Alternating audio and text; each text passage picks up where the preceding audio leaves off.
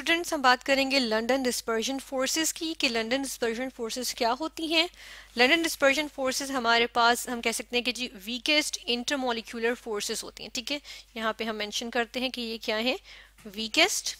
ठीक है, यानी कि बिल्कुल वीक होती हैं ये। ठीक है, intermolecular forces, inter molecular forces. ठीक है, अब इंटरमॉलिक्यूलर फोर्सेस कौन सी होती हैं?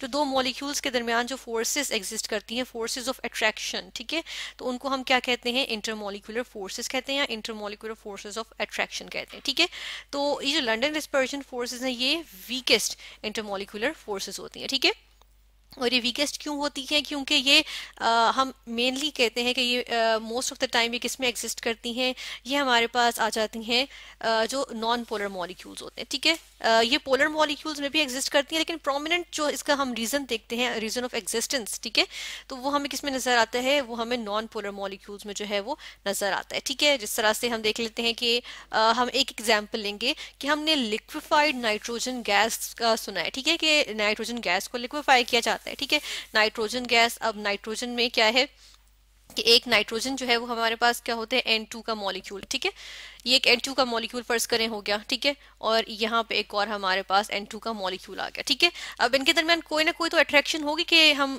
इसको लिक्विफाई कर सकते हैं ना, कि ये जो गैस है इससे हम किस में लेके जा सकते हैं? लिक्विड में लेके जा सकते हैं। ठीक है, तो इसकी कोई ना कोई तो रीजन होगी, इसके दरमियान कोई ना कोई बॉन्ड तो होगा ना, जिसकी वजह से हम क्या कर रहे हैं कि गैस से ये लिक्विड में जा सकते हैं। ठीक है, तो उसकी हमारे पास रीजन क्या आती है कि ये तो एक नॉन पोलर मॉलिक्यूल है। ठीक है, ये हमारे पास क्या है?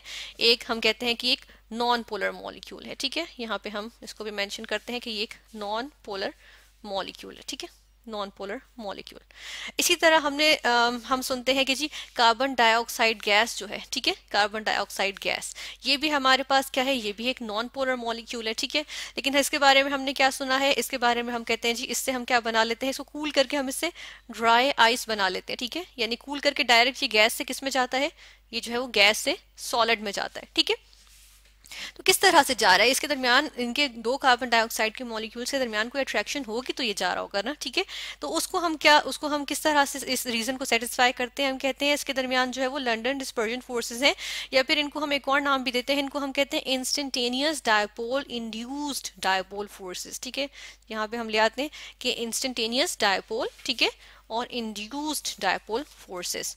अब ये क्या होती हैं, या लंदन डिस्पर्जन फोर्सेस क्या होती हैं, इसको अब हम देखेंगे। ठीक है, यहाँ पर हम इसको कंप्लीट कर देते हैं, फोर्सेस। ठीक है, अब हम देखते हैं कि ये एक्चुअली होती क्या है।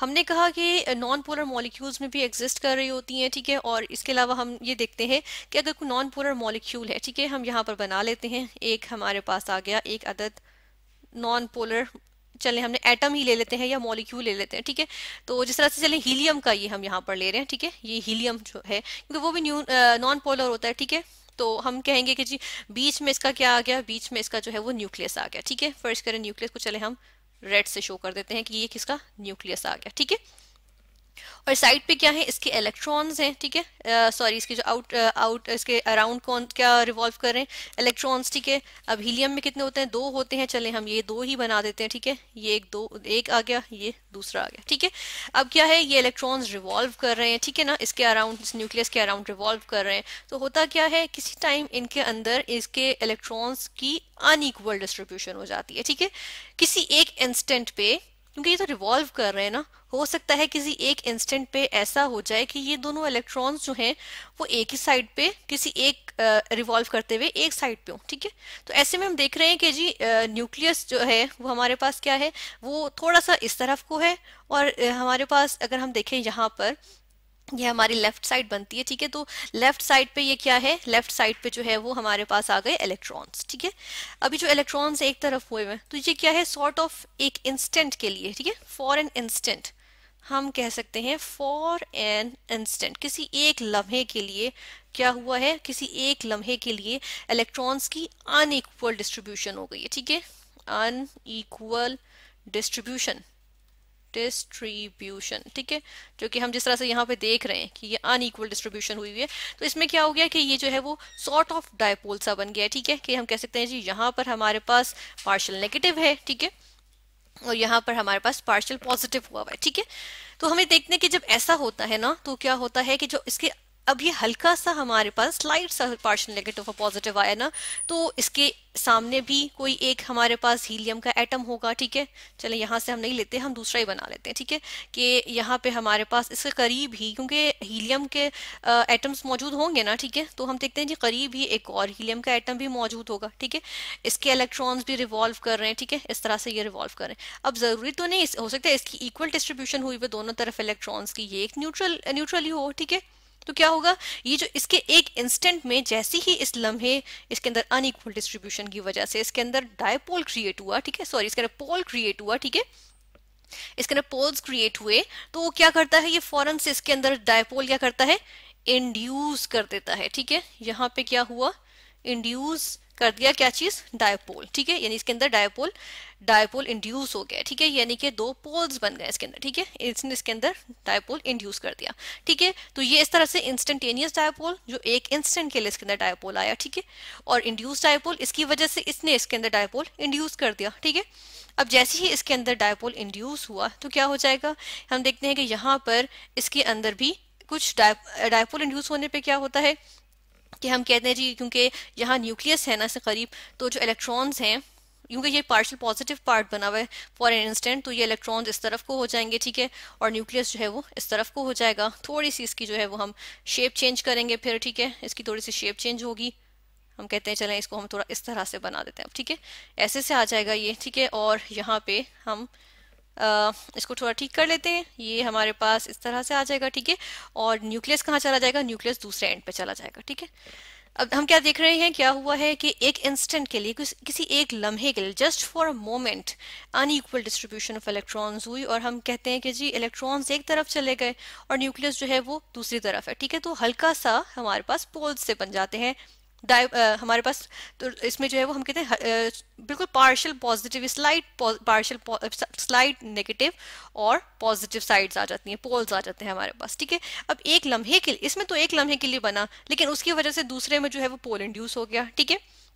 फिर क्या होता है कि वो उस मोमेंट के फौरन बाद जो है, क्योंकि ये तो इलेक्ट्रॉन्स रिवॉल्व करते रहते हैं ना, ठीक है, तो उस मोमेंट के फौरन बाद हम देखते हैं कि जी इलेक्ट्रॉन्स तो क्योंकि मूव किए जा रहे हैं, तो इस वजह से इसके अंदर क्या हुआ, इलेक्ट्रॉन्स वापस अपनी अपनी जगहों पर आ गए, ठीक है, यानी कि आराम से मूव करते रहे, फिर से दोबारा इसके अंदर जो है वो हम देखते हैं कि क्या हो गई है, इसके अंदर इक्वल डिस्ट्रीब्यूशन हो गई है, या अब पोल्स नहीं रहे, क्योंकि वो एक जस्ट फॉर अ मोमेंट थे, ठीक है। तो हम कहते हैं कि ये जो है वो, जो हमारे पास फोर्सेस हैं, ये क्या करती हैं, ये वैनिश क्विकली, ठीक है, हम कहते हैं वैनिश क्विकली, ठीक है, यानी कि जस्ट फॉर अ मोमेंट ये जो है वो बनती हैं, ठीक है। और ये हम देखते हैं कि अब इनके दरमियान जो है वो नहीं रही, ठीक है। लेकिन जो ये इंड्यूस हुई थी, इसके अंदर जो इंड्यूस हुई थी, इसकी वजह से मे बी ऐसा हो कि एक और हमारे पास यहाँ पर करीब में एक और यहाँ पर क्या चीज़ हो, यहाँ पर हमारे पास एक और हमारे पास यहाँ पे एटम मौजूद हो, ठीक है, जिस तरह से ये वाला एटम है, इसी तरह ये एक और एटम मौजूद हो इससे करीब, ठीक है। तो क्या होगा, इसके अंदर ये इंड्यूस कर देगा, नेक्स्ट में ये इंड्यूस कर देगा, ठीक है। तो इसीलिए इनको हम जो है वो इंड्यूस्ड डायपोल फोर्सेज भी समटाइम्स जैसे हम कहते हैं, ठीक है। यूजुअली इसका नेम लंडन डिस्पर्जन फोर्सेज है, ठीक है, या फिर हम कहते हैं instantaneous dipole induced dipole forces, ठीक है। तो समटाइम्स जब हम देख रहे हैं कि क्या हुआ है यहाँ पर एक से दूसरे में, यानी कि एक में इंड्यूस हुआ, ठीक है, फॉर अ मोमेंट किसी एक नॉन पोलर एटम में इंड्यूस हुआ, हमारे पास इसमें आ गया पोल्स, ठीक है, फॉर अ मोमेंट आ गए, ठीक है, अनइक्वल डिस्ट्रीब्यूशन ऑफ इलेक्ट्रॉन्स की वजह से, उसकी वजह से दूसरे में इंड्यूस हो गया डायपोल, ठीक है, उसकी वजह से एक और में इंड्यूस हो गया डायपोल, ठीक है। तो यहाँ पर किस तरह से हो जाएगा, यहाँ पर हम देख लेते हैं कि ये कुछ इस तरह से इसकी डिस्ट्रीब्यूशन बन जाएगी कि जी न्यूक्लियस यहाँ चला जाएगा और इलेक्ट्रॉन्स जो हैं वो इस तरफ को आ जाएंगे, ठीक है। तो ये जो है वो, लेकिन हम कहते हैं कि जी ये वाली चीज़ जो है ना, या हम कहते हैं ये जो पूरी सीक्वेंस है ये बहुत जल्दी जो है वो वैनिश हो जाती है, तो इसको हम कहते हैं जी instantaneous dipole induced dipole forces, ठीक है। और ये किसने प्रेजेंट की थी, इनका यहाँ पे हम देख लेते हैं कि ये डिस्कवर किसने की थी, ये डिस्कवर की थी फ्रिट्ज लंडन ने, ठीक है, इसीलिए इसका नाम लंडन डिस्पर्जन फोर्सेज है। हम कहते हैं जर्मन फिजिसिस्ट हैं, उन्होंने फ्रिट्ज लंडन, ठीक है, उनके नाम पे इसको लंडन डिस्पर्जन फोर्सेज का नाम दिया गया।